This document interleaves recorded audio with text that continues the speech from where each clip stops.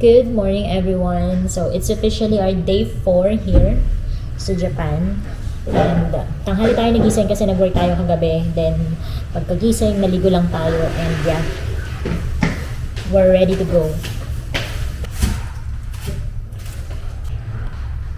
Wala naman tayong ganap kahapon. So punta lang tayo ng GU para mamili ng onting damit and then kumain. Actually hindi nga tayo kumain kasi dito pagbalik na dito sa hotel, dito na ako kumain. Puro ano yun, puro mga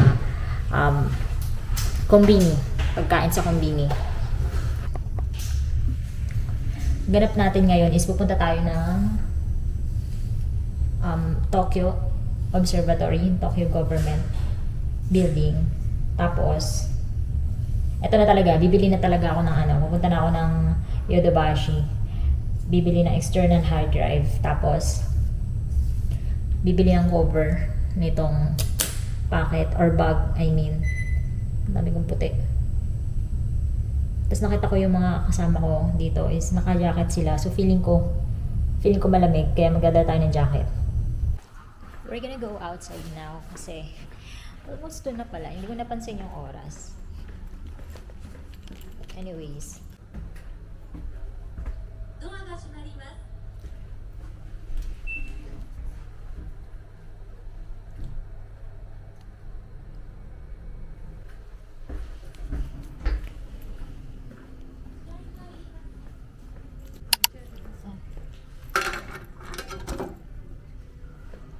These are the bags.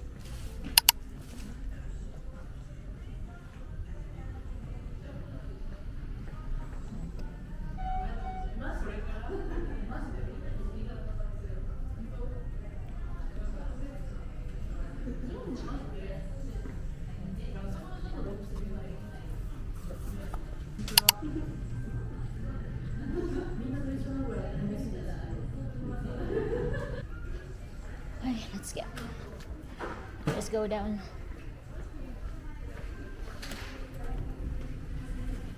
Oops, no. Wrong elevator. Sana wag bumulan.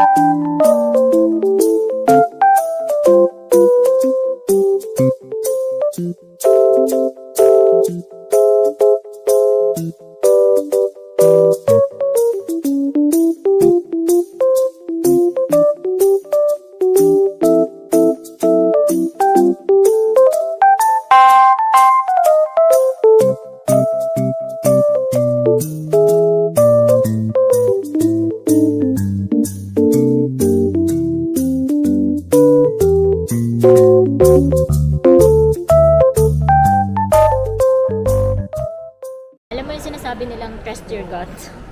Totoo yun. Kasi sinundan ko lang yung mga nababasa ko sa vlog, tapos yung nagtingin sa Google Maps, di ba? May iba-ibang way kung paano ka makapunta sa isang place. Tapos meron silang common kung saan mag-exit. So, dahil hindi ko makita yung exit to Keio Department Line, so sinundan ko yung ibang sinasabi din sa Google Maps and tama naman. Hanggang sa, ito na nga. Tapos, ang nakalagay is Met Government. Kala ko kung ano, pero naisip ko, oo nga pala, siguro yung Met is Metropolitan Government. Kaya, ayun, S2 to S3 daw yun.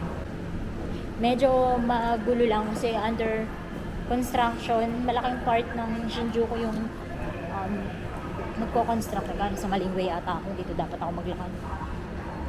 Kasi mga nakasilubong ko papunta dun eh. Anyways, so may mga construction pero tsaka nakakalito talaga yung Shinjuku. So kung hindi ka masyadong maalam, mag-research talaga na mag-research. Marami naman sa YouTube, sa TikTok, and magbasa-basa ng mga vlogs. Pero kung titingnan mo yung hitsura niya, ganito siya, oh. Ang ganda.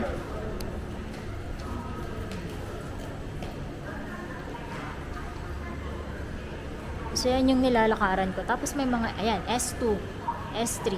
Ayan yung sinasabi. Hindi ko alam kung masuzoom ko, pero sabi, S2, S3, exit daw. Kailangan kong umakyat. Asan ang S2? Ang galing kasi may kanya-kanya exit kung saan ka papunta. Talagang may mga signage or kahit may mga parang shortcut code or mga code.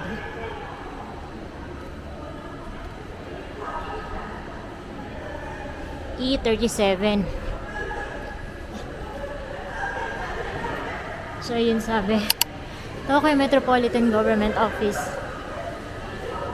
Hanapin ko muna yung S2 and S3.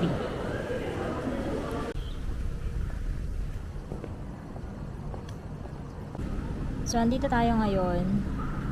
Tapos, ang pupuntahan natin ay eto. Target lock. So, dire-diretso lang. Yan. And then, pagdating dito, pag makita ko tong Tokyo Tourist Information Center, Gina. Yun na yun. Target lock. I think nakikita ko na siya, guys. Ayan na siya. Ayan.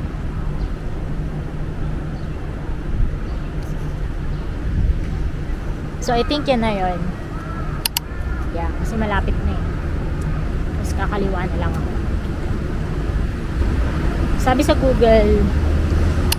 Google, TMG building, dun daw umaakyat. Uy!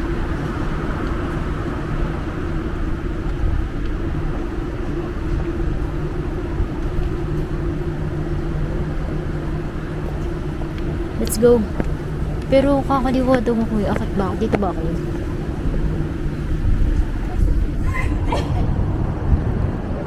Feeling ko masarap mag-photo shoot dito. Photoshoot muna ako. Ay, hindi, mamaya na lang. Akit muna ako. Habang clear pa ang... Ay lang, may ano. Bakit may ganun?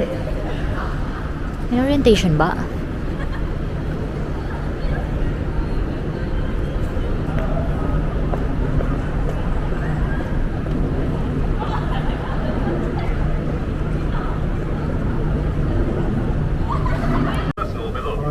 Yan. So, kailangan i-check yung bag bago pumasok.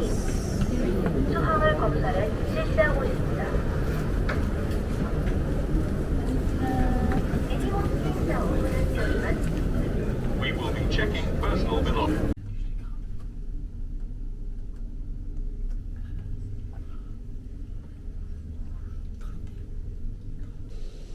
すいません、電話しております。左お進みくださいませ。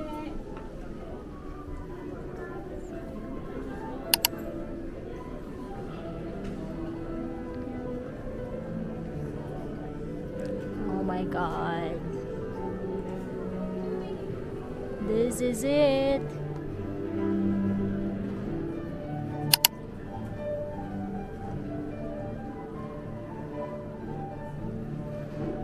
Where's the Mount Fuji?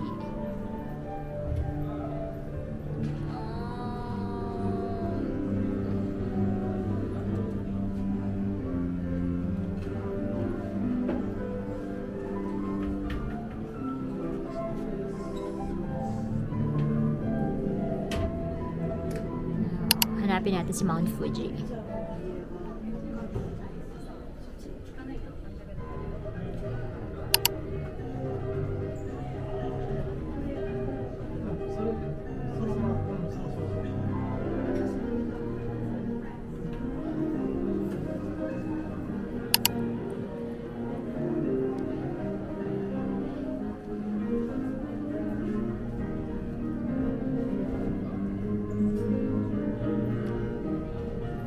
Yung masukal na yun, siguro yun yung Gyoen Shinjuku Park.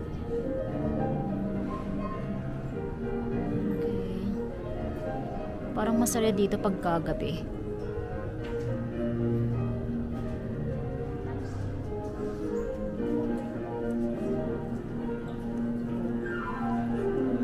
Where's the stamp?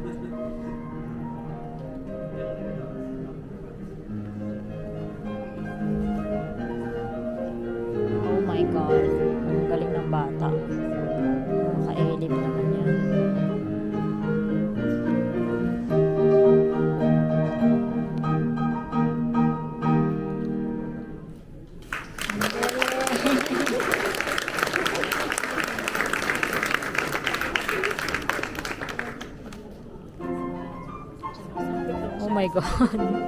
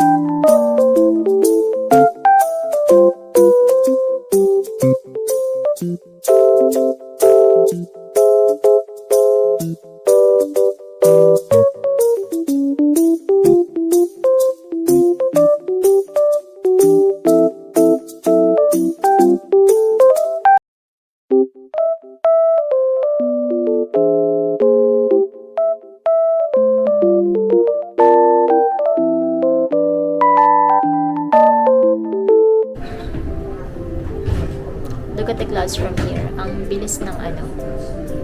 Ang bilis ng takbo. Takbo. Ang bilis ng galaw.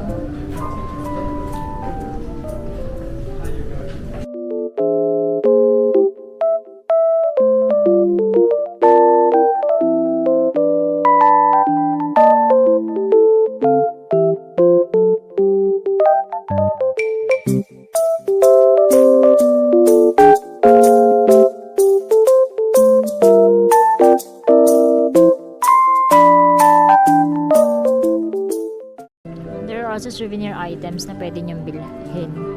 Pero medyo pricey siya.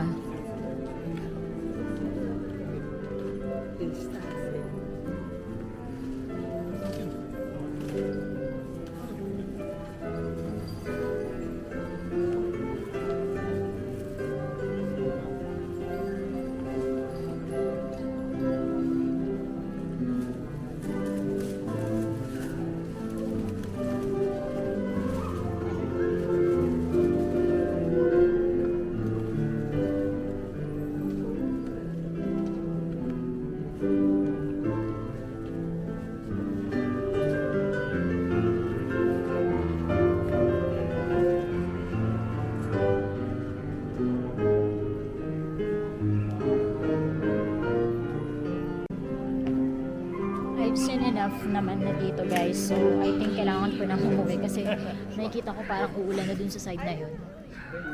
So bababa na ako para dami pa akong mapuntahan and may kailangan akong bilhin. Thank you!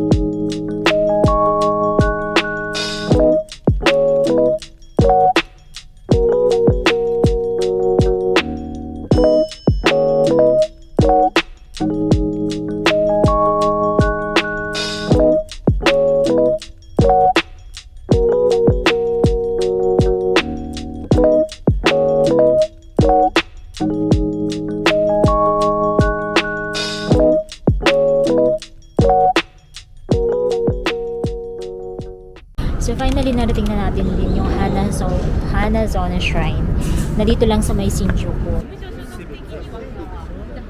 Hindi ko alam kung saan yun, pero sa Google Map